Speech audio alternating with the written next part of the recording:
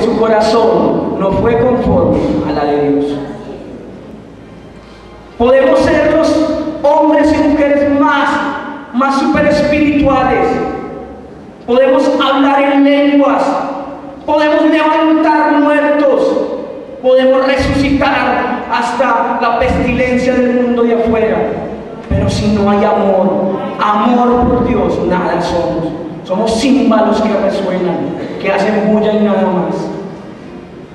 Es ahí donde, hermanos, en esta mañana, ya tarde, próximamente, el Señor nos llama a votación y nos pide que verdaderamente estamos siendo ofrendas agradables delante del trono.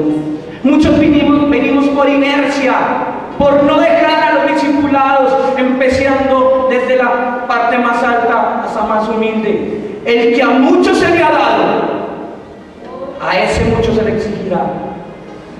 Y al que poco se le da, poco se le pide.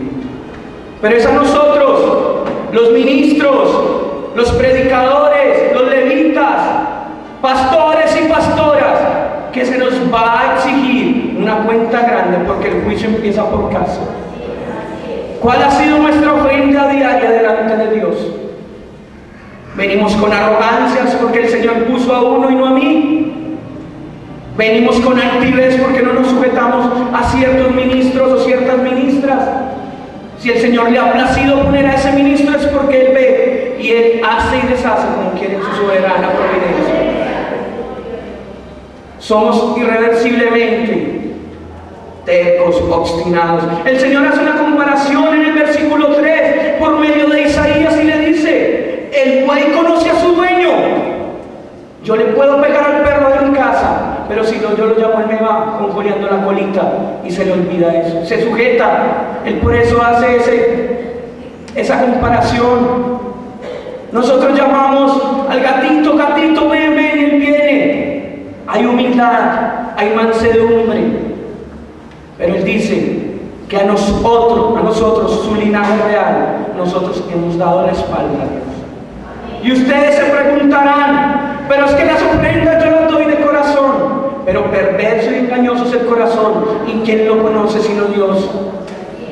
En una pequeña conversación hace pocos días con el papá de mi amada, mi suegro, él me dice, y me ha hecho reconvenir mucho en eso en mi pensamiento, que si nosotros tenemos rencor contra alguno de nuestros hermanos, con alguno de nuestros familiares, contra personas que han atentado contra nuestra familia, y presentamos las ofrendas, él dice que eso no es bien recibido, porque si hay odio, si hay rencor, si hay envidia, si hay ira, si hay contiendas, si hay disensiones, si hay concupiscencias, el Señor no se agrada en esa ofrenda. El Señor dice en Marcos 5 en adelante, versículo 17: si tienes algo contra tu hermano, algo de que perdonar o que no te han perdonado, deja tu ofrenda ahí y anda, reconviene con él, y ahí sí será bien aceptada. Es primero la ofrenda de corazón, y un corazón contrito y humillado, que el Señor se place. Tenemos que menguar totalmente nuestra carne, mis amados, y es cuando Salomón dedica el templo en el segundo libro de Crónicas, capítulo 7, del 6, en adelante. La Shekinah de Dios desciende, la bendición especial viene para su pueblo, y dice el Señor, Salomón empieza a hacer una oración poderosa en elocuencia, pero de un corazón consumado y rendido delante del alto y sublime. El gran templo de Salomón, ese gran templo lleno de oro, de piedras preciosas, de madera, de las mejores del planeta Tierra en ese tiempo. Y es Salomón el cual ofrece ese templo, pero él, antes de ofrecer ese templo, ofrece su propio templo como rey, como juez, como heraldo del Dios viviente de ese tiempo, valga la redundancia. Es Salomón que se ofrece con esta oración desde el capítulo 6 y empieza a decir, versículos 41 en adelante del capítulo 6: oh Jehová, Dios, levántate ahora para habitar en tu reposo, tú y el arca de tu poder. Oh Jehová Dios, sean vuestros vestidos de salvación tus sacerdotes, y tus santos se regocijen en tu bondad. Salomón está ofreciendo las ofrendas primero de sus súbditos, de él mismo. Sean las vestiduras de tus sacerdotes, vestidas de salvación, y sean las de tus santos, que se regocijen en bondad. Nosotros como líderes, como real sacerdocio, según la epístola de Pedro, capítulo 12 en adelante, somos real sacerdocio, somos linaje santo, pueblo adquirido por Dios para anunciar las maravillas a aquellos que están en la oscuridad, nosotros sacados de esa oscuridad y traídos a su luz inaccesible. Esas son las ofrendas primero gratas delante de Dios. Y es Salomón donde empieza en el capítulo 7 a dar una gran exposición de un pueblo que se ciñe de acuerdo a la palabra cuando un hombre va conforme a su corazón. Y es en el versículo 14 de ese mismo capítulo que se le había aparecido a Salomón una primera vez, pero vuelve y se le aparece una segunda vez. Y después de dedicar el templo al Dios eterno de los cielos, desde el versículo 12, capítulo 7, le dice: y apareció Jehová a Salomón de noche y le dijo: yo he oído tu oración y he elegido para mí este lugar por casa de tabernáculo. Si yo cerrare los cielos para que no haya lluvia, y si mandare a la langosta que consumiera la tierra, o si enviare pestilencia a mi pueblo, y si humillare mi pueblo sobre el cual mi nombre es invocado, y oraren y buscaren mi rostro, y se convirtieran de sus malos caminos, entonces ahí es donde Jehová, donde el eterno Adonai, donde el Señor de los ejércitos escuchará a su pueblo, cuando reconozcamos que verdaderamente las ofrendas materiales son para él pestilencia, son para él inmundicia, son para él retrógradas, son para él algo que no vale nada, cuando un corazón verdaderamente no está sujeto a la voluntad de Dios. Y en el segundo capítulo, en el segundo libro de Crónicas 7:14, el Señor le hace un plebiscito: pero si mi pueblo se humillare, en cual mi nombre es adorado, es clamado, es resplandeciente mi gloria en ese pueblo, yo los escucharé, yo los oiré, sanaré su tierra, sanaré sus finanzas, sanaré sus vidas, habrán prodigios y maravillas. De resto el Señor está aquí por misericordia su palabra.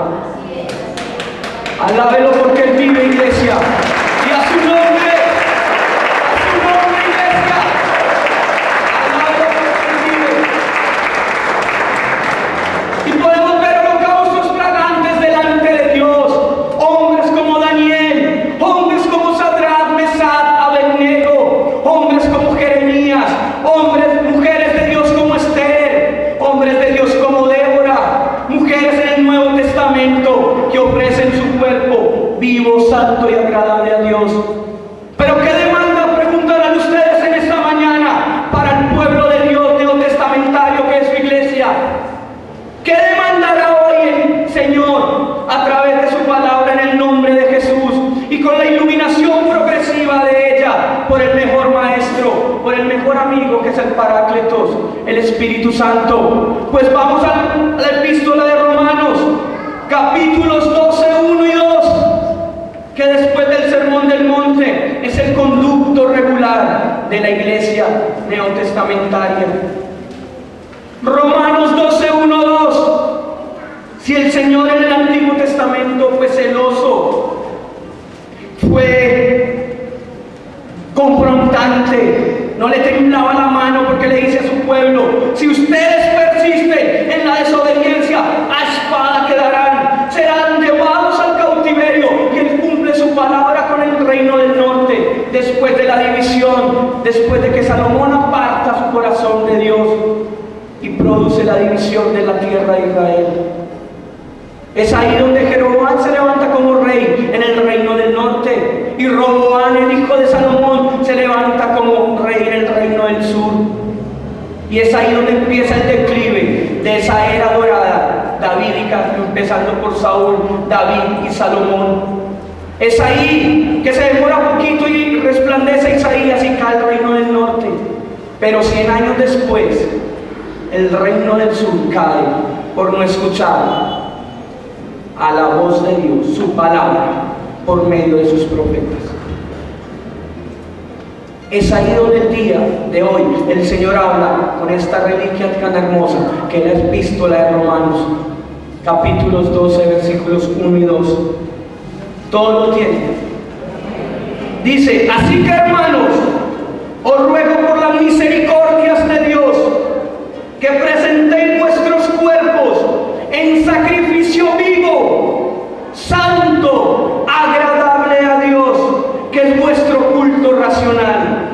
No os conforméis a este siglo, sino transformaos por medio de la renovación de vuestro entendimiento, para que comprobéis cuál sea la buena voluntad de Dios, agradable y perfecta.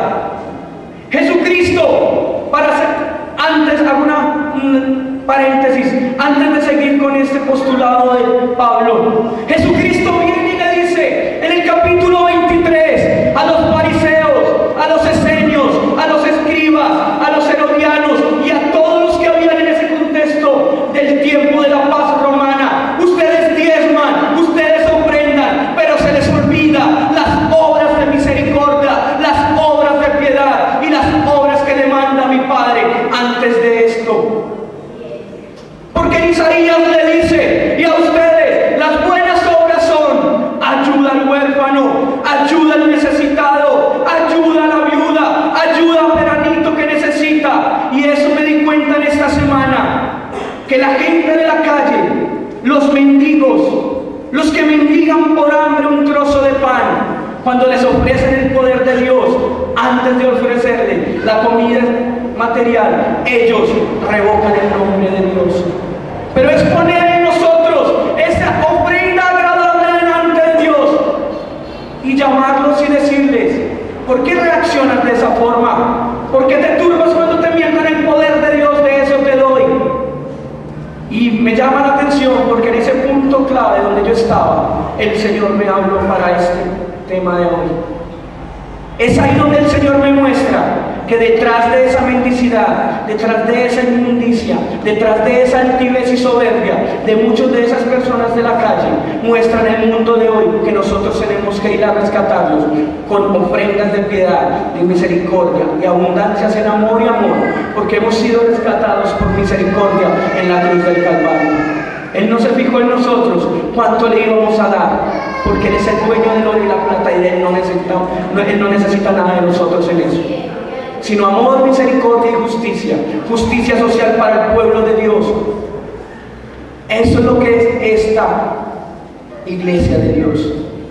Y es ahí donde ese hombre me habla: yo no quiero escuchar de este Dios tuyo, ese Dios pobre, ese Dios que dicen decir ustedes que es un poder de Dios.